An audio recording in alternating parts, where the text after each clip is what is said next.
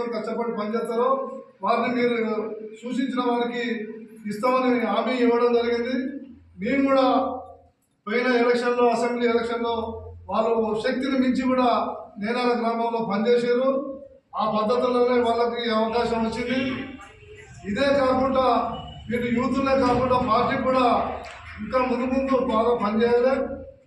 నేనాల గ్రామంలో కూడా మన పెద్ద ఎత్తున పార్టీ రేపు స్థానిక సంస్థల్లో కానీ అదేవిధంగా పార్లమెంట్ ఎన్నికలలో కూడా పార్టీని అందరినీ ఐక్యం చేసి మరి అందరినీ కలుపుకొని పార్టీని ముందుకు తీసుకుపోవాలని ఈరోజు మీ మీద చాలా బాధ్యత ఉంది.